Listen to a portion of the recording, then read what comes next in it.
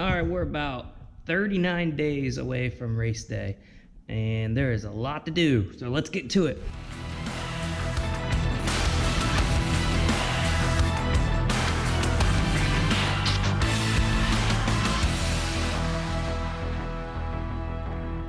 Thank you for joining me today. We're still stripping this car down. It's only going to be about one more day of stripping this car down, then we're actually starting the build. So like and subscribe so you can actually watch the build, and we'll be done with this car here pretty soon. So bear with me, and we'll get going because we are down to 39 days, and we got to get this thing finished. So we're getting down to the wire, so I'm excited. Goal today: remove seat, remove dash, remove wiring harness, remove complete rear end. Let's get to it. This is gonna take a while. Come on. Come on.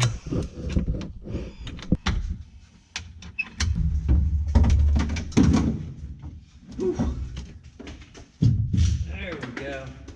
There we go. All right, to show you how bad this transmission tunnel is tweaked, this is what it should look like. Nice and straight lines, that's what it should look like.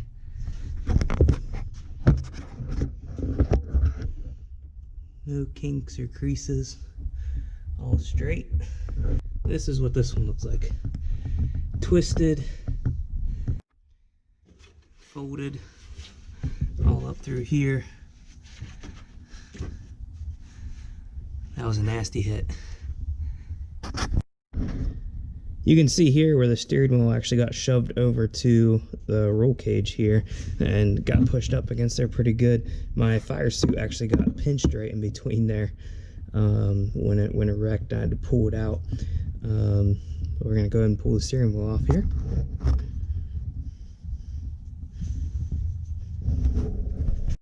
Steering wheel off. Now I'm gonna go ahead and start pulling the dash all apart.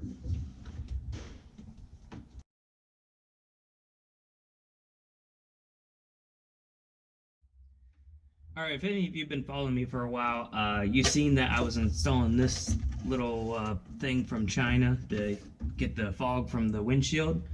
I thought it was going to be a great idea. It ended up being horrible. I ended up, it was actually a scary transit. I think Steve Harrell was probably more afraid of that transit than the actual wreck that we had.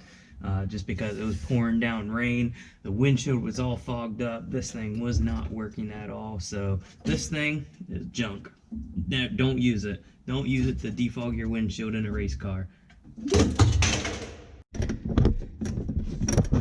Removing the dash. Trying not to cut my fingers on all the glass here. Little by little. Get that out. Okay, this one's even a bit more tricky.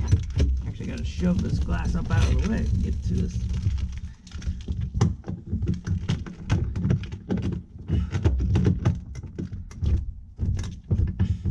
Go ahead and get this dash. Let's go ahead and get this dash out of here.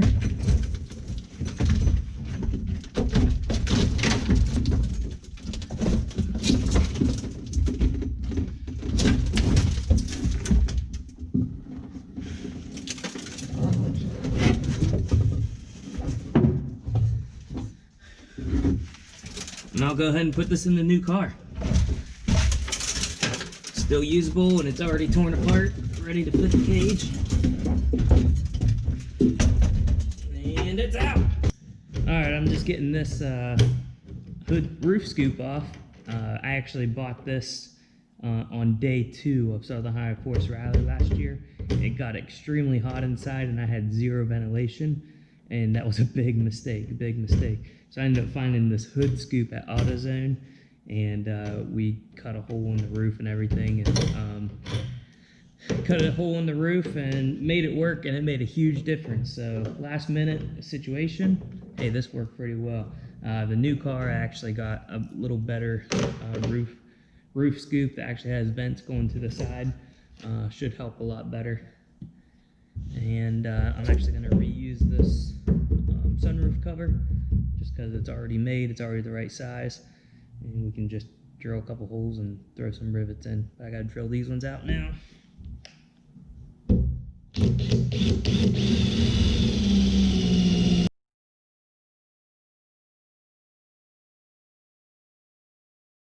right, I'm out of time for today. We got the whole interior pretty much stripped all the way out. There is not much left in here. Pretty much a steering shaft and a throttle pedal. And everything else is gone.